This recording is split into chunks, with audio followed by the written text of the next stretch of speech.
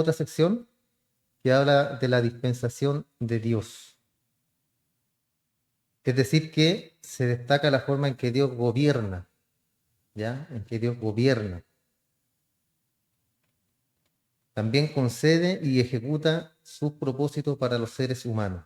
Recuerden que hemos mencionado varias veces que tenemos la gracia común y la gracia especial, que son las que reciben los hijos de Dios, ¿ya? La gracia común es lo que reciben todas las personas: la lluvia, el sol, la provisión de alimento, el trabajo, la salud. Nosotros tenemos una gracia especial, ¿cierto? Que son todas esas cosas, aparte de las promesas de Dios, que son solamente para sus hijos. Entonces, este capítulo 9 comprende en eso, ya la dispensación de nuestro Dios, la gobernanza, el conceder y ejecutar los propósitos. Y la última sección o la última división comprende de los capítulos 12 al 16, ya que ahí es donde ya termina esta carta a los romanos. Y ella habla acerca de las obligaciones que tenemos nosotros como cristianos. Así que encontramos tres grandes temas acá, que es la doctrina, la dispensación y la obligación. Podríamos llamarlo también, por ejemplo,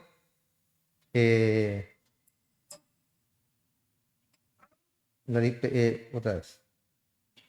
Tres grandes temas, que es la doctrina, la dispensación y la obligación. También se puede dar otros títulos a estas divisiones. Podemos decir que la primera de ellas, los capítulos 1 al 8, los capítulos habla de la salvación, ¿ya? Que es lo que hemos estado viendo hasta ahora. La segunda, los capítulos 9 al 11, que habla sobre la separación, y luego la tercera, del 12 al 16, que habla sobre el servicio.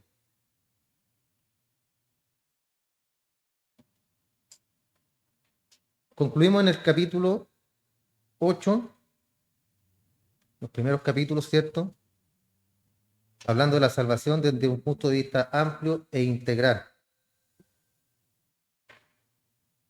¿Por qué? Porque nos muestra que toda la raza humana y los seres humanos están todos perdidos. Por cuanto todos pecaron, leímos, ¿cierto?, en el capítulo 3, verso 23, por cuanto todos pecaron y están destituidos de la gloria de Dios. Todos.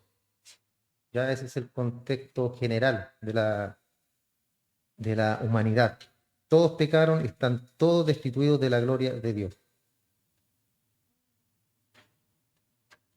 Entonces Dios ha puesto la salvación a disposición de todos únicamente en base a la fe en el Señor Jesucristo. Entonces, dicho esto, Pablo procedió a exponer la segunda gran división acá en Romanos.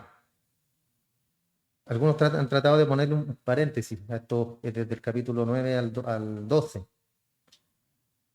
considerándolo un apéndice solamente, no parte integral de la carta a los romanos. Ya como que muchos la excluyen, estos capítulos. Entonces, la realidad es que estos capítulos son vital para la lógica y la doctrina de la carta. Es algo importante, no podemos apartar. Es como si quisiéramos unir, ¿cierto?, el capítulo 8 con el 12, saltándolo, ¿no? Cantando los capítulos entre medio. Y algunos han tratado de unir, o sea, han tratado de unir solamente como si fuera unos vagones de tren, uno por uno. Pero eso no es lo que Pablo estaba tratando de hacer en esto. Y lo que tenemos acá no es un tren, sino que es una corriente que fluye sin obstáculos. Esa es lo que expresa Pablo desde el capítulo 1 hasta el 8 que hemos visto. Es algo que fluye, es algo que es como una corriente, y fluye sin obstáculos. Entonces no podemos quitar nada en manos de la Escritura, no podemos quitar un capítulo o un versículo porque no nos guste o porque no lo entendamos a lo mejor, o porque pensemos que no es parte importante de la Escritura, porque toda la Escritura es importante, hermano, toda. Aunque a veces usted lea un capítulo o un versículo, algo que no lo entienda o lo encuentre algo ridículo, no es así. Todo, hermano, toda palabra es inspirada por Dios. Y es lo único que nosotros tenemos. Entonces no podemos quitar ninguno de estos capítulos, así como tampoco podemos quitar la corriente de un gran río. Imposible. Entonces estos capítulos 9, 10 y 11 son parte integral de esta carta y esenciales para poder interpretarla debidamente. Y acá hay unos factores particulares,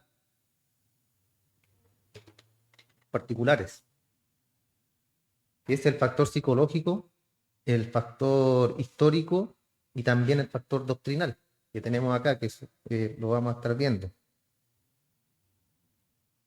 Entonces esto revela lo que significa y lo que realmente quiere expresar Pablo en esta carta. El factor psicológico tiene que ver, por supuesto, con la experiencia personal del apóstol Pablo, ¿ya? ¿Qué es lo que él vivió? ¿Cómo vivió, cierto, sus momentos y sus etapas? Entonces, por ello no creemos que sea acertado decir, como en su momento se dijo en alguna ocasión, que la epístola de los romanos proviene de la cabeza del apóstol Pablo. O sea, fue algo, a pesar que fue inspirado, ¿cierto? Obviamente inspirado por Dios, pero fue más de escritura. O poder decir, ¿cierto?, que la epístola a los Gálatas o la carta a los Gálatas proviene del corazón.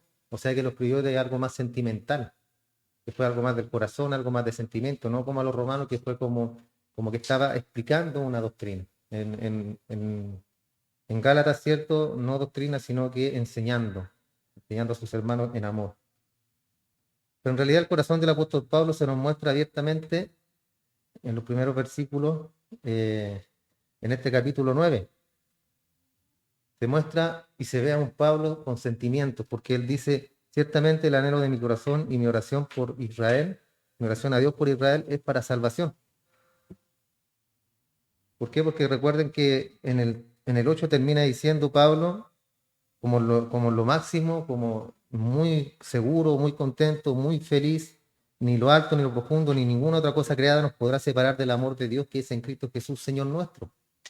Termina con gozo, ¿cierto? Con alegría, con seguridad, después que expresó todo en los 8 primeros capítulos, hablando acerca de nuestra salvación, de nuestra santificación y de nuestra glorificación. Pero después, en los primeros 3 versículos que vamos a estar viendo, los voy a leer. Dice, verdad digo, en Cristo no miento, y mi corazón me da testimonio en el Espíritu Santo, que tengo gran tristeza y continuo dolor en mi corazón, porque deseara yo mismo ser anatema, separado de Cristo, por amor a mis hermanos, los que son mis parientes según la carne. Entonces ahí cambia el tono, ¿se fijan? Ahí hay un tono como de tristeza, gran tristeza, dice, continuo dolor en mi corazón. ¿Por qué?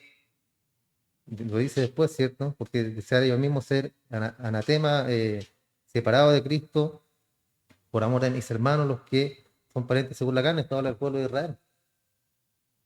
¿Por qué? Porque él sabía que ellos estaban, si bien muchos habían creído, pero la gran mayoría no creían. Y después Pablo más adelante también lo menciona cuando dice, no todos los que son judíos, los que descienden de Israel son judíos, sino que eso va en el espíritu. Igual que Abraham, ¿cierto? Nosotros somos hijos de Abraham en el espíritu. Entonces, entre los capítulos 8 y 9 hay una especie de intervalo. Como leímos recién el final del capítulo 8, cómo Pablo termina con un triunfo y un gozo y la perspectiva de que no hay ninguna separación entre nosotros y Dios por medio de Cristo. Mientras que el capítulo 9 comienza aquí con una nota de tristeza y de dolor, que nos resulta evidente, ¿cierto? Cuando ahora que lo leemos, resulta evidente que hubo como un cambio en Pablo.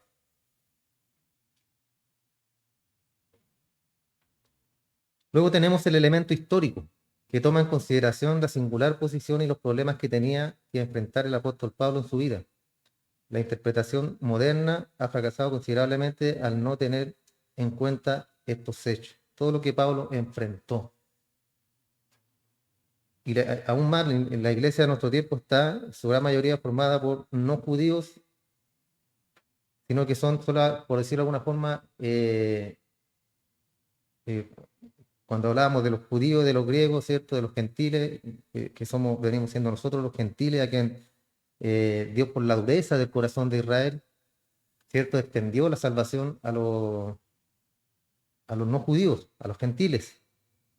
Entonces, por obvias razones, si los judíos eran un pueblo pequeño, hoy en día la iglesia está conformada por no judíos. Y los antecedentes judíos se han casi olvidado en la iglesia, ¿cierto? Aquí no hay ningún judío, no hay nadie de descendencia judía, y así en muchas iglesias del mundo.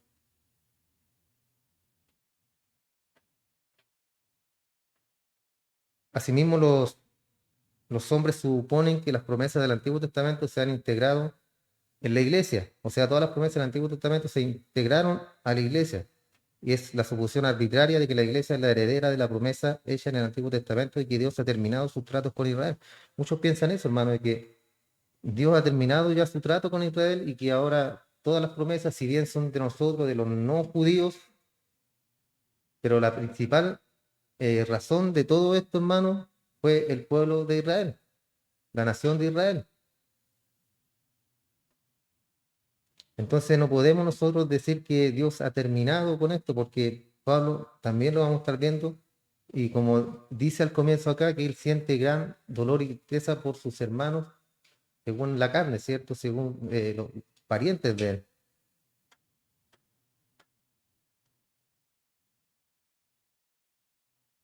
Entonces podemos ver, hermano, que Dios no ha terminado de cumplir su propósito para la nación de Israel. A lo mejor podemos llegar a una errónea conclusión al ver los primeros 8 capítulos, ¿cierto? Que habla sobre la salvación. Y podemos decir, sí, es de nosotros, nuestra salvación nos pertenece. Y el pueblo de Israel, bueno, ese es un trato aparte con Dios. Pero Pablo aclara todo eso. Y él dice que Dios no ha rechazado a su pueblo.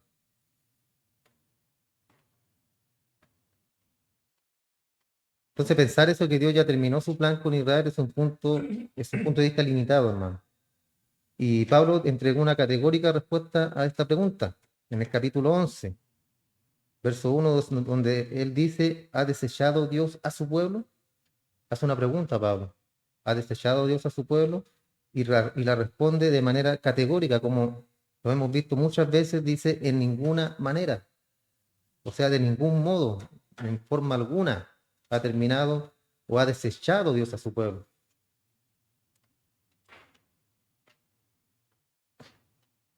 Entonces él iba a mostrar las promesas, hermano, que Dios hizo a la nación de Israel. Esas promesas que serían cumplidas también en ellos. También afirmó que Dios había hecho varias promesas a la iglesia y que él estaba llamando a un pueblo elegido de entre los judíos y de los no judíos. Recuerdan que Pablo fue enviado a los gentiles, Pedro fue enviado a los judíos. Ya eran completamente diferentes, distintos.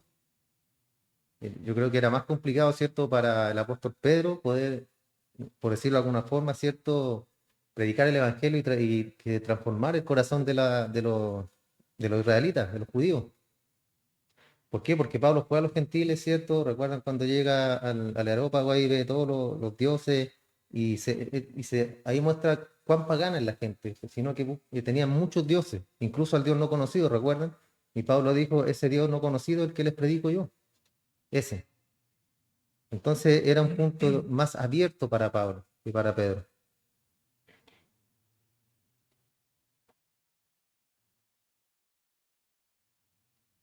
Entonces el concilio en Jerusalén decidió, eso es lo que más o menos decidió el concilio en Jerusalén. En Hechos capítulo 15, verso 13 al 18 dice, y cuando ellos callaron, Jacobo respondió diciendo, hermanos, oídme, Simón ha contado cómo Dios visitó por primera vez a los no judíos para tomar de ellos pueblo para su nombre. ¿Recuerdan cuando Pedro va a visitar a Cornelio? Cuando él está en la azotea de la casa, ¿cierto? Y se entiende el lienzo y y Dios le dice, Pedro, mata y come. Y habían ciertos animales impuros, mariscos, cosas que ellos no podían comer. Y él le dice, Señor, yo jamás he comido cosas impuras.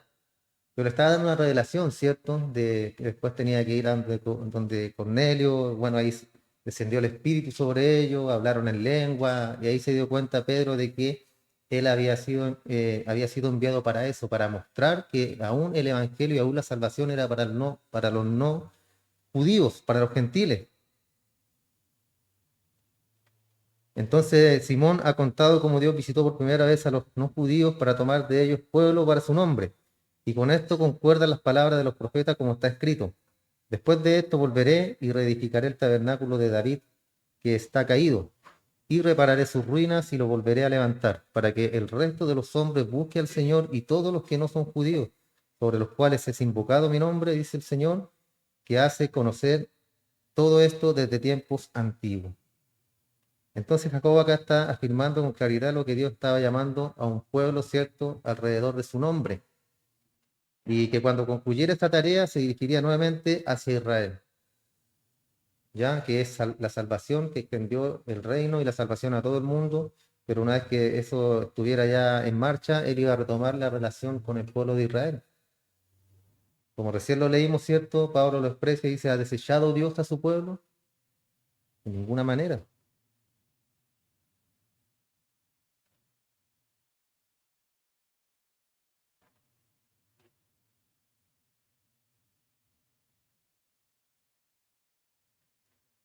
Entonces se nos da a entender, hermano, que todos los no judíos salvos estarían en el reino con Israel, y al ser establecido en la tierra del reino de Dios. Por eso decimos que al tratar este tema, el factor histórico no debe ser pasado por alto, porque judíos y no judíos estarán el día de mañana en el reino de los cielos, en la presencia de Dios. Ahora tenemos el factor doctrinal, y se refiere a una correcta interpretación dispensacional, es decir, de los propósitos soberanos de Dios en las épocas históricas. ¿Ya? En los primeros 8 capítulos, como lo hemos mencionado ya, de Romanos, Pablo está interesado en los grandes temas, que es el pecado, la salvación y la santificación. Básicamente de eso habla, de cómo tenemos esa seguridad en Cristo, de cómo los creyentes estamos en Cristo, de cómo Cristo es lo único que tenemos, hermano, no tenemos más. De eso se trata todo esto, no es que Cristo es lo que necesitamos, no, hermano, es lo único que tenemos. Nuestro Señor, nuestro Cristo, que se basa todo el Evangelio, ¿cierto?, en la obra salvadora de nuestro Jesús, de Dios por medio de Cristo. Entonces está la época, la edad, y en esta época la edad y la nacionalidad y las ceremonias también no tienen ningún valor ante Dios. La fe es lo único que Dios acepta en el ser humano. Antes es cierto que debía ser judío, que la circuncidado al octavo día, de pertenecer a alguna tribu. Hoy en día eso no es así, hermano. Dios acepta a la persona por la fe, solo por la fe. Entonces toda persona, sea cual fuere la raza o condición, pueden recibir la gracia de Dios. Esto parecía eliminar las distinciones hechas en el Antiguo Testamento, ¿cierto? Pero el apóstol Pablo iba a responder a esta pregunta retórica en Romanos 11:1. ¿Ha desechado Dios su pueblo, como recién lo leímos? Y la respuesta obviamente es no a esa pregunta, que obviamente era retórica en base a lo que hemos leído. ¿Ha desechado Dios a su pueblo? En ninguna manera. Y Pablo comenzó esta carta a los romanos diciendo en el verso 16 del capítulo 1 que el evangelio era primero para los judíos, hablando de una manera cronológica, ¿ya?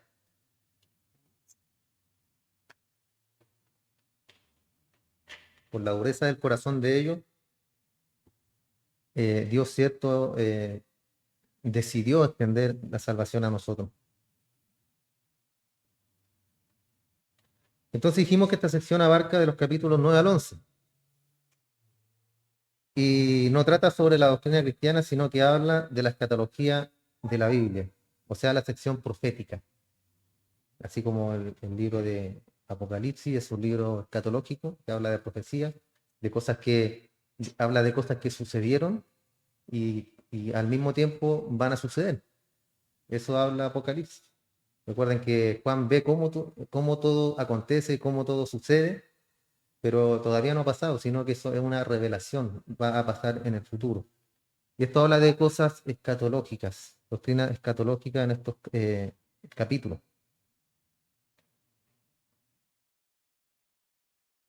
Entonces, al comenzar el capítulo 9, vamos a apreciar la forma en que Dios obró en Israel en el pasado.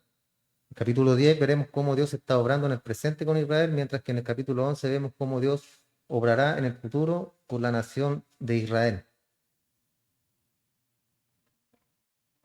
Y el hecho, hermano, de que Dios trató con Israel en el pasado no fue consecuencia de sus cualidades excepcionales, ni de sus esfuerzos superiores, mucho menos. Por el contrario, todas las acciones de Dios se basan en su propia y soberana voluntad, en su soberanía. Dios actúa por medio de la misericordia en sus tratos con Israel y todos los demás, incluidos nosotros, hermanos, en la misericordia de Dios. Recuerden, Adán y Eva, ¿qué es lo que qué debía suceder con ellos? Debían morir. David, ¿qué debía pasar con David? Según la ley, debía morir. Pero Dios tenía el factor de la misericordia, el amor. Estaba ahí, estaba escrito, debían morir. Pero Dios en su infinita misericordia decidió que no. Decidió dejarles con vida. Entonces todos los propósitos, hermanos, todo sucede en la soberanía de Dios, inclusive en nuestras vidas. Ayer leía unos versículos en Proverbios donde hablaba acerca de eso, donde decía, deja de preocuparte por cosas que aún no suceden.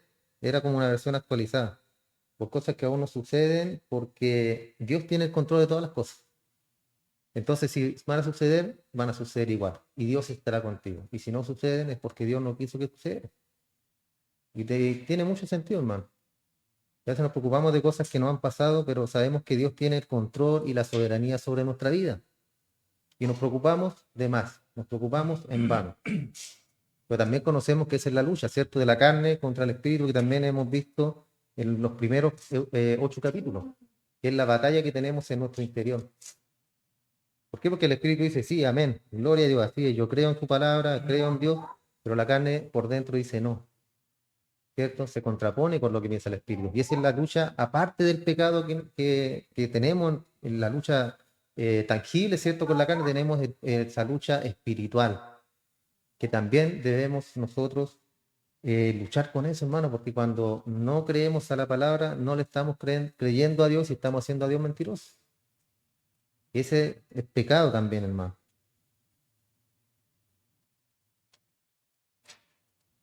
Entonces, el capítulo 1, versículo 1, perdón, del capítulo 9.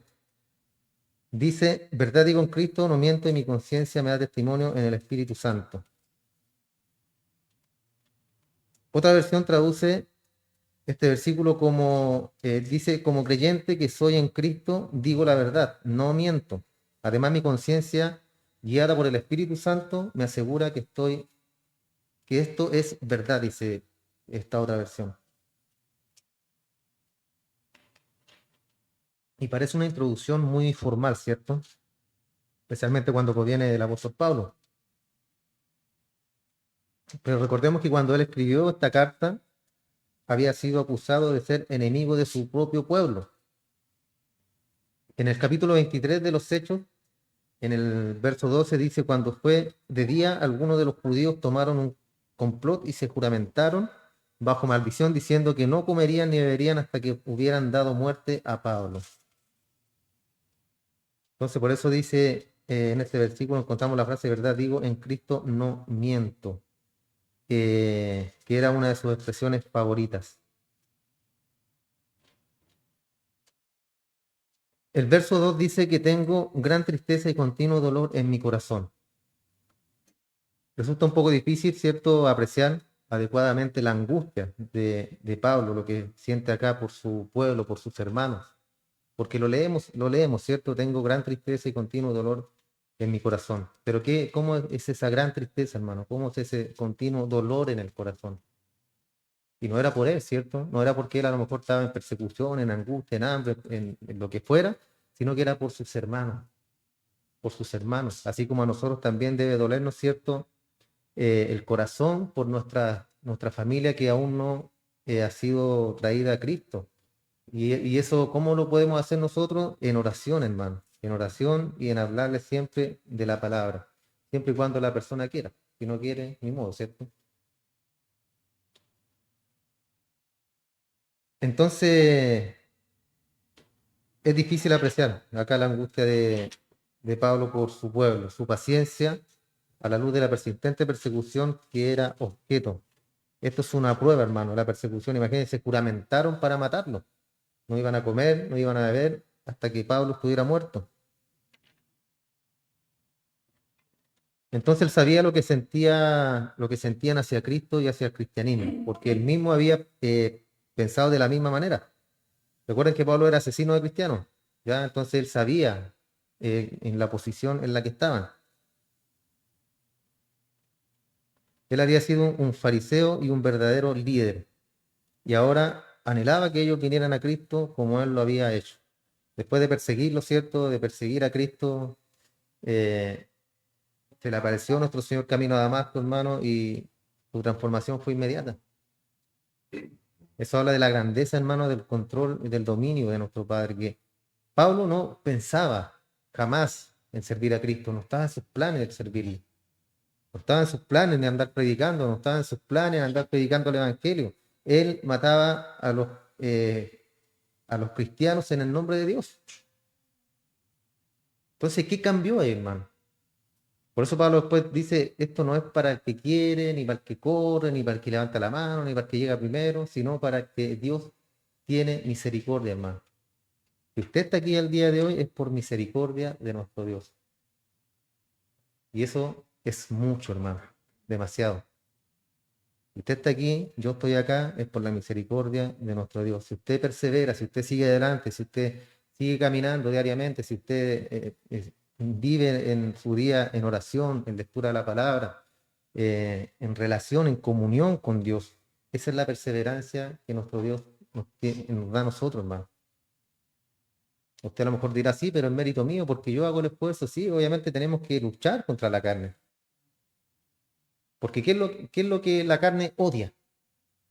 En primer lugar, como diría Pablo, hablando como hombre, ¿qué es lo que odia la carne? Todos lo sabemos, ¿cierto? La carne odia la oración, hermano. La carne odia orar. Tanto odia orar que cuando usted se pone a orar le da sueño, empieza a bostezar, se distrae, comienza a pensar cosas que no van a lugar con la oración. Entonces esa lucha la tendremos siempre, hermano. Por eso nosotros debemos consagrarnos al Señor, hermano, consagrarnos y dar todo lo posible, hacer todo lo posible para poder llegar a eso, para poder llegar a consagrarse. Jamás vamos a hacer o llegar a la altura del varón perfecto, hermano, porque eso lo vamos a lograr solamente cuando estemos en la presencia de Dios. Ahí seremos semejantes a Cristo. Pero el momento nos queda solamente eso, hermano, consagrarnos. Es lo único que hay, es lo único que tenemos, hermano. La Escritura, ¿cierto?, nos muestra cómo los apóstoles hablaron con Jesús y le dijeron, Señor, enséñanos a qué, le dijeron, a echar fuera demonios, enséñanos a traer fuego del cielo, que llueva fuego para que consuma a todos estos pecadores. ¿Qué le dijo? Enséñanos a orar. Entonces nosotros también debemos caer en ese aspecto, hermano. Señor, enséñame a orar. Señor, enséñame a buscarte cada día. Y cuando Jesús escuchó esas palabras, les dijo, sí, claro, cuando oréis así, oren así, Padre nuestro que estás en los cielos, y les dio la oración modelo, que yo siempre le he dicho, si no sabe orar, ahí tiene una guía. Memorices el Padre nuestro, y cuando esté orando, ¿cierto? Dígale a Dios, Señor, guíame tú en mi oración. Porque hay tanto por qué pedir, hermano, tanto. Y siempre procure pedir cosas espirituales, hermano. No pida cosas materiales, no pida dinero, no pida, ni siquiera pida salud, hermano. Porque eso está dentro de la soberanía de Dios. Todo está dentro de la soberanía de Él. Nuestra enfermedad, nuestra debilidad también. Todo lo tiene nuestro Señor bajo control. Pidamos cosas espirituales. Pidamos salvación para nuestros hermanos. Pidamos, ¿cierto?, por las iglesias, pidamos por los pastores, que Dios les dé sabiduría para poder enseñar, por los hermanos, ¿cierto? Que Dios los guíe, que Dios los ayude, que los fortalezca, pero en el espíritu, ¿no? Obviamente, si hay una enfermedad, también podemos pedir. No le estoy diciendo que no pida, pero nuestro corazón debe estar enfocado, ¿cierto?, en las cosas de arriba, no en las cosas de aquí abajo, porque las cosas de abajo pasan, hermano. De repente nos afanamos tanto en las cosas de abajo que nos vamos separando día a día de las cosas de Dios y nos vamos aislando, ¿cierto? Y vamos poniendo nuestro corazón en cosas que no importan. Porque todo esto después pasará, hermano. ¿Cuántos años más? Unos 20 o 30 años más en la tierra y chao, fuera. Entonces, ¿en qué debemos nosotros trabajar y enfocarnos? Primeramente en lo espiritual. Las demás cosas serán añadidas. Y Dios conoce tu corazón, hermano. Dios conoce también mi corazón. Entonces Pablo, después de ser un perseguidor, ahora anhelaba que Dios, que todos la gente vinieran a Cristo. En el verso 3 continúa y dice, porque deseara yo mismo ser anatema, separado de Cristo por amor a mis hermanos. Esto significa maldito, el maldito. Por amor a mis hermanos, los que son mis parientes físicamente hablando. Esto habla de la descendencia, ¿cierto? Aquí Pablo está hablando del pueblo de Israel, ¿ya? No solamente de la familia carnal de él, sino que por toda su descendencia, por todos sus hermanos. Otra versión lo dice así, y hasta querría estar yo mismo bajo maldición, o destinado a la destrucción, separado de Cristo para que sí pudiera favorecer a mis hermanos, los de mi propia raza. Entonces lo que Pablo está expresando acá, hermano, simplemente el deseo de su corazón, nada más que eso. ¿Por qué? Porque él no podía ya ser separado de Cristo. Y tampoco yo creo que él lo estaba deseando, sino que es una forma de expresarse, ¿cierto? Para ver cuál era el deseo que él tenía y la tristeza que tenía por sus hermanos. Porque él sabía que no podía ser separado de Cristo, no podía estar bajo maldición ya.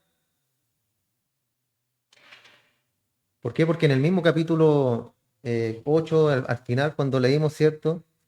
Nos da la seguridad que tenemos nosotros en Cristo. Entonces, por eso él dice acá, desear a yo mismo ser anatema separado de Cristo, lo cual no podía ser en ninguna manera, por lo que dijo anteriormente en el 8:38. Así que fue solamente una manera de expresar su deseo, de que supieran cuál era el deseo y cuán grande era el deseo que él tenía. En otras palabras, fue un recurso de oratoria que hizo Pablo para que nosotros pudiéramos comprender. Por otra parte, parece como si él hubiera querido expresar lo que hubiera sido capaz de hacer. ¿Ya? No sé si se entiende, hermano, el sentido de que él, si hubiera dependido de él para que su pueblo y sus hermanos se salvaran, él hubiera perdido, ¿cierto? Esa seguridad en Cristo, hubiera sido anatema, hubiera sido maldito, hubiera estado bajo maldición. Pero como le vuelvo a repetir, era solamente para poder expresar el sentimiento y la angustia que él tenía. Porque sabemos que los que estamos en Cristo, nada nos puede separar de su amor, nada. Ni lo alto, ni lo profundo, ni lo ancho, ninguna cosa creada nos puede separar del amor de Dios que es en Cristo Jesús.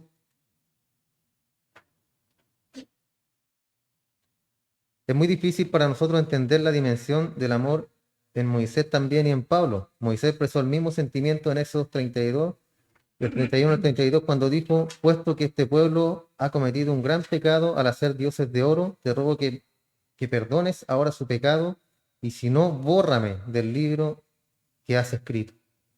Ahí también tenemos la parte de Moisés, ¿cierto? Cuando descendió con las leyes y vio que estaban haciendo, ¿cierto? Era una orgía lo que ellos tenían ahí, hermano, porque eso era. ¿Cierto? Aarón recolectó todo el oro del pueblo y les hizo un becerro de oro. Moisés le dijo, pero porque es que ellos me pidieron, es que ellos me dijeron. Ellos querían un becerro de oro, ellos querían un Dios a quien adorar. O sea, rebajaron la santidad, la deidad de Dios a un becerro de oro. El asunto era ese, hermano, la idolatría. ¿Por qué? Porque ¿por qué necesitamos una imagen? Nosotros como cristianos no tenemos imagen de Dios, ¿cierto? Ni de Cristo, ni el rubio de ojos verdes, ni que era, ¿no? Que era moreno. Eso, la Biblia es clara cuando dice que no nos debemos hacer imagen de lo que está en los cielos, ni debajo de la tierra. Por eso este camino es por fe. Entonces, cuando Moisés llegó ahí, rasgó sus vestiduras, ¿cierto? Y expresó casi el mismo sentimiento de Pablo. Te ruego que perdones ahora su pecado, te ruego. ¿Y cuál es la condición? Si no, bórrame del libro de la vida. Sácame de él. Algo que no se podía hacer tampoco. No se podía, hermano. Por eso es la expresión tan grande de dolor y lo llevan a lo sumo, a algo que no se puede concretar. Entonces, para terminar la idea es transmitirle, ¿cierto? El día de hoy la confianza, hermano. ¿Y esa confianza basada en qué? En la palabra de Dios. El libro, la Biblia, hermano, es nuestro libro de fe, de moral y de conducta. Ahí tenemos, ahí Dios nos transmite la idea nos transmite la confianza, nos transmite la fe, nos transmite todo lo que pasó, ¿cierto?, en el Antiguo Testamento como enseñanza para nuestros días y lo que fue el Nuevo Testamento, que es la esperanza que nosotros tenemos hoy.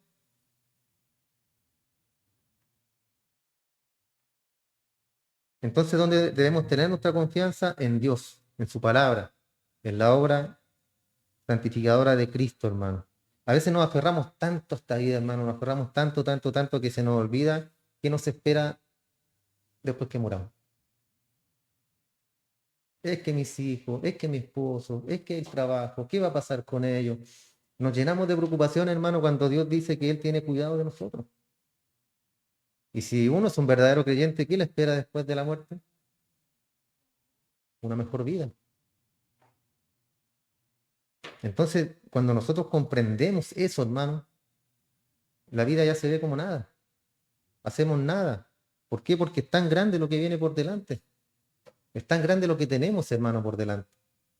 Dígame, ¿quién tiene esa seguridad? La gente del mundo dice, claro, muchas veces llegan al suicidio y dicen, no, yo voy a estar mejor muerto. Pero olvidan, hermano, de que hay muerte eterna y vida eterna. Para el que cree, ¿cierto?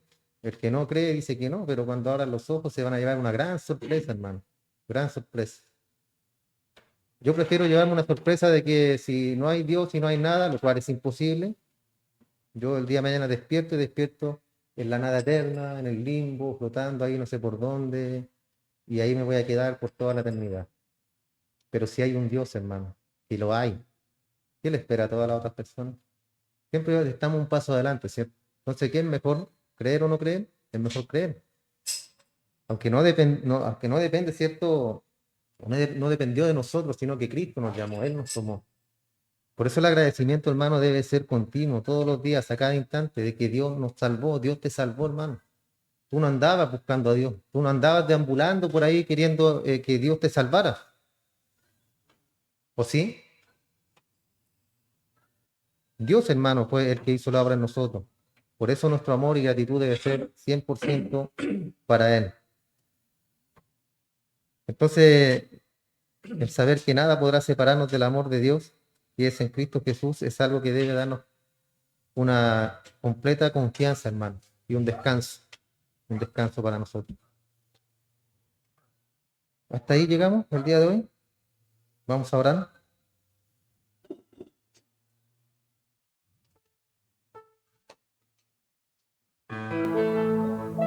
Señor, te damos muchas gracias, Padre. Gracias por este tiempo, su palabra, Señor. Gracias porque hemos podido reunirnos un domingo más. Gracias, Padre, porque sabemos que cada día estás con nosotros. Gracias por esa seguridad de salvación que nos has entregado por medio de tu Hijo Jesús, nuestro Señor, nuestro Salvador. Gracias por tu palabra que hemos estudiado en estos 8 capítulos, Padre, donde nos habla sobre la salvación y sobre la confianza y seguridad que tenemos nosotros en ti, Padre, por medio de el sacrificio de nuestro Señor Jesús. Te rogamos desde el cielo que en esta hora bendiga nuestros corazones, bendiga nuestra vida, que esto nos ayude, Padre, para seguir buscando cada día más y más. Que esto nos sirva, Señor, para poder buscar tu palabra diaria, buscar la oración, Señor, buscar, Padre, todo lo que concierne a lo espiritual. Lo demás será añadido, Señor. Lo demás dice tu palabra, que será añadido. Hay que buscar primeramente el reino de Dios, su justicia, y tú añadirás todo lo demás, Padre. Gracias, Señor, por este lugar que nos has conseguido para reunirnos. El día de mañana prepara el lugar para su iglesia, Señor, para su pueblo. Rogamos que tomes tú el control de todas esas cosas, Señor amado, que nosotros tenemos las fuerzas para seguir reuniendo, orando, para seguir buscando siempre en la presencia de tu palabra. Sean mis hermanos, si alguno tuviera enfermedad, que poderoso usted para sanar, si alguno tuviera dolencias, carnes, sus huesos, poderoso usted también, mi Dios. Si alguno estuviera débil en la fe en lo espiritual, también, Padre, eres poderoso para traer de vuelta a tus hijos, mi Señor, para poner esa confianza y para poner, Padre, esa fe que cada día necesitamos. Esperamos todo esto, mi Señor, en el nombre de Jesús. Amén.